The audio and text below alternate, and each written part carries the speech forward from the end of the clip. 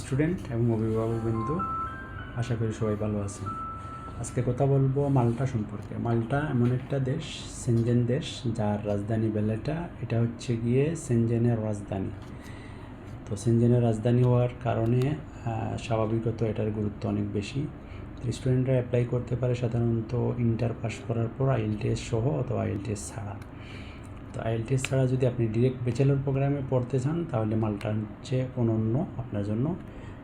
8,000-এর মতো ফিস আসবে ব্যাচেলর প্রোগ্রামে, আপনি অ্যাপ্লাই করতে পারেন। বাট সাধারণত টিউশন ফিসের রেঞ্জটা শুরু হয় 5,500 থেকে শুরু করে 8,000 পর্যন্ত।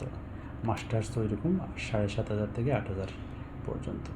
তো মিনিমাম কোয়ালিফিকেশন ইন্টার পাস, মার্কটা আপনি 3 পয়েন্ট হলে চলে, কোনো কোনো ক্ষেত্রে কম বেশ চলে। যেমন এসএসসিতে মার্কটা আপনার ভালো, এইচএসসিতে মার্কটা একটু কম, সেটা ম্যানেজ করে নেওয়া যায়। তারপর হচ্ছে গিয়ে ল্যাঙ্গুয়েজের যে বিষয়টা, মাল্টাতে হচ্ছে গিয়ে অফিসিয়াল ল্যাঙ্গুয়েজ হচ্ছে ইংলিশ এবং পড়ার মাধ্যমটা হচ্ছে ইংলিশ। সেক্ষেত্রে একটা সুবিধা হচ্ছে গিয়ে আপনি জব করার ক্ষেত্রে বা যে কোনো ক্ষেত্রে ইংলিশেই আপনি কমিউনিকেশনটা করতে পারেন। এটা হচ্ছে গিয়ে ডেটার একটা সুবিধা। স্কলারশিপও আছে অ্যাভেলেবেল, সেটা একটা এক্সট্রা বেনিফিট। আর সবচেয়ে বড় যে সুবিধাটা সেটা হচ্ছে সেনজেনের জন্য আমাদেরকে অনেক দেশে যেতে হয়, যেমন ফিনল্যান্ডের এমবেসি বাংলাদেশে না, ইন্ডিয়াতে যেতে হয়। গ্রিসের জন্য ইন্ডিয়াতে যেতে হয়, এস্তোনিয়ার জন্য ইন্ডিয়াতে যেতে হয়। বাট মাল্টার ক্ষেত্রে এমবেসিটা বাংলাদেশে আছে এবং প্রসেসিং সিস্টেমটা অনেক সহজ। ইন্স্যুরেন্স আর ব্যাঙ্ক সাপোর্টটা কোনো মতো হয়ে গেলে একটা স্টুডেন্ট এমবেসি পর্যন্ত যেতে পারে। তো প্রসিডিউরটা হচ্ছে, প্রথমে আপনি অ্যাডমিশন নেবেন একটা রেপুটেড ইউনিভার্সিটি বা কলেজ থেকে।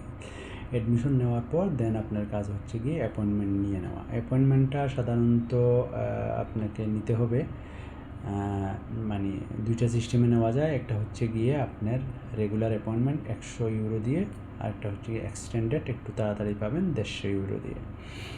তো ওই অ্যাপয়েন্টমেন্ট নেওয়ার পর আপনার হচ্ছে ফাইলটা গোছাতে হবে। ফাইলটা গোছানোর মধ্যে প্রথম কাজ হচ্ছে আপনি ডকুমেন্টগুলো অ্যাপোস্টাইল করাতে হবে। এসএসসি, ইন্টার, এই ডকুমেন্টগুলো অনলাইনে অ্যাপোস্টাইল করানো যায়, এটা করে নিতে পারবেন। একটা ইন্স্যুরেন্স করতে হবে আপনার কোর্সের মেয়াদ থেকে শুরু করে 6 মাস বা 1 বছর পর্যন্ত।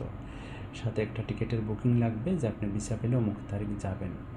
এবং এমবাসিতে আপনাকে শো আপ করতে হবে মোস্ট ইম্পর্ট্যান্ট আপনার স্পন্সর। আপনার এই ডিউরিং দ্য জার্নি, যাওয়া থেকে শুরু করে কোর্স কমপ্লিট করে আসা পর্যন্ত আপনার এই জার্নিতে যে টাকাটা খরচ হবে, এটা আপনার স্পন্সর বেয়ার করতে পারবেন। এরকম একটা প্রমাণস্বরূপ ব্যাঙ্ক স্টেটমেন্ট, সলভেন্সি, সাথে ওনার সোর্স অফ ইনকামগুলো দেখাতে হবে, ট্যাক্স, টিন বা ওনার আদার সোর্স অফ ইনকাম থাকলে, জায়গা জমির কাগজপত্র, প্রপার্টি ভ্যালুয়েশন ডকুমেন্ট, এগুলো থাকলে এগুলো আপনাকে শো আপ করতে হবে।